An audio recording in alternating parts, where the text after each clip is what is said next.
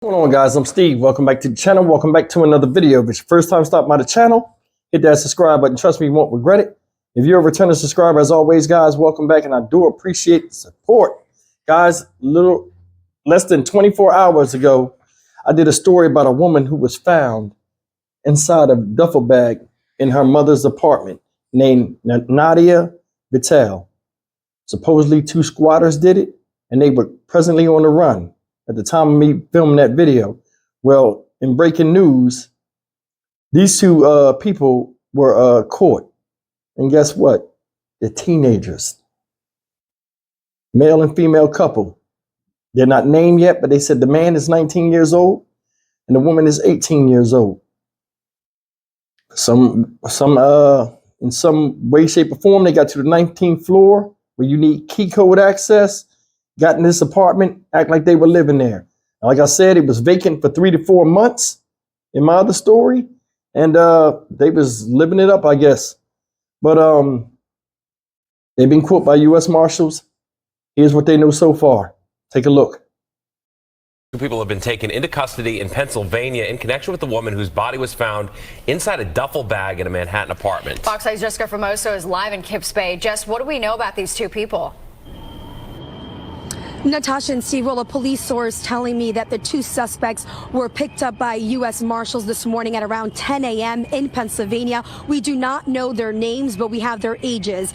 An 18-year-old woman and a 19-year-old man. That source telling me that the 19-year-old is known to police. He has 1 prior arrest here in New York City. Now, as we reported last night, Nadia Vitale was killed, allegedly killed by these 2 suspects who then fled in her SUV. Now, according to police, it all happened last Tuesday when the 52-year-old woman was last seen on surveillance camera walking into 206 East 31st Street, getting on an elevator to the 19th floor, but she never came out. They say Nadia Vitale showed up to get the apartment ready for a relative. When she walked into the apartment, she found 2 squatters. The NYPD says that's when things got violent. The suspects beating her to death and then stuffed her lifeless body into a duffel bag, which was hid in a closet. A police source telling me that the apartment had been vacant for about 3 to 4 months. Now, security cameras in the building capture the suspects coming in on Sunday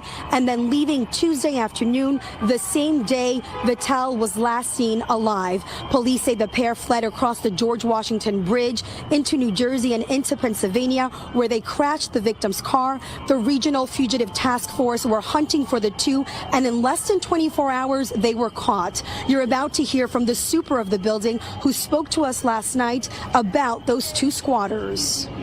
They went up to the 19th floor. It's like they knew where they were going because they didn't try any other apartment, but went straight up to 19. Now, again, those suspects caught in Pennsylvania, their names still not released, but we know an 18-year-old woman and a 19-year-old man. The 19-year-old man is known to police. They are expected to be brought back here to New York City at some point. It's unclear as to when. As for charges, those are pending tonight. We are live in Kips Bay. I'm Jessica Formoso, Fox 5 News. Guys, that's the story of what happened to Miss Nadia Vitale.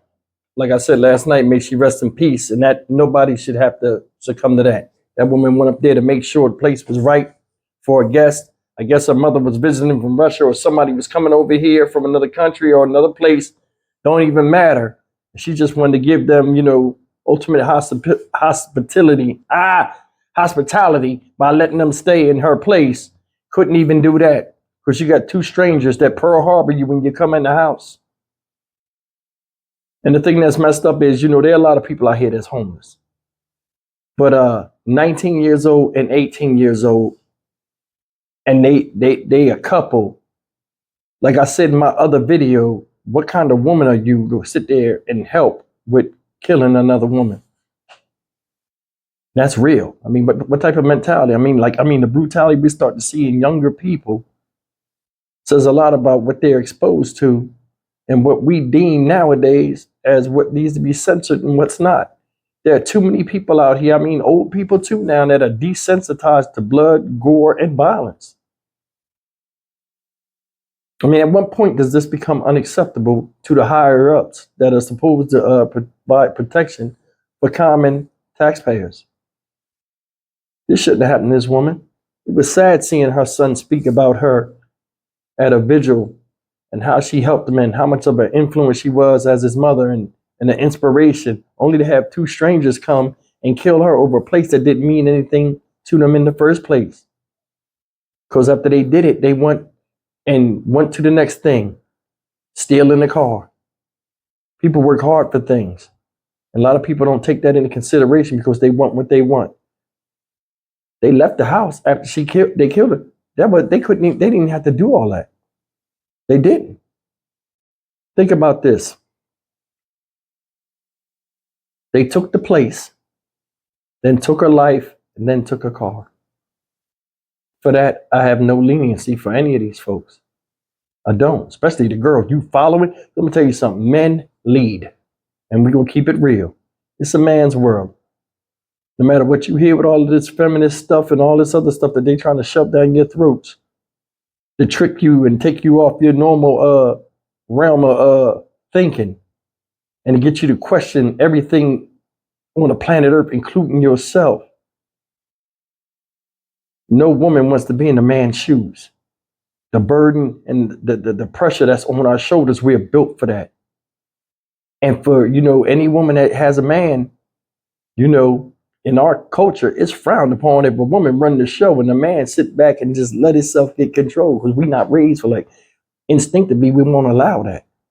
So every man is a leader, and the woman that's with him follows him to some degree or another. Y'all agree or disagree? Type of heart that she have to have love for somebody that had no love for nobody else. I mean, it's like nowadays, these younger women, I don't know, because they ain't had positive male role models in their life, they just following anything any man to do. Or like any type of, like, out of their desperation, they see things and don't say nothing. Guys too, we ain't gonna put that all on ladies. But it's just like a lack of accountability out here. And everything goes to extreme violence nowadays. And it's never under resolution. I'm sure when she seen the age of those kids, I don't think they would have went to jail. She'd probably just told them to leave and probably gave them a tongue lashing, which I wish they wish they would accept it now.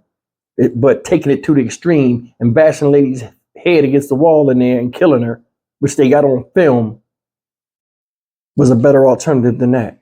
It's like people panic and they immediately break savage.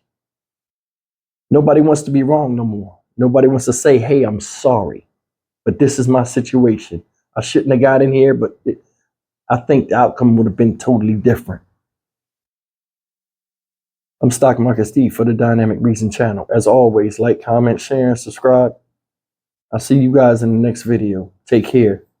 Like I said, may Nadia Vital's family, they get my sincere condolences, and may she rest in peace.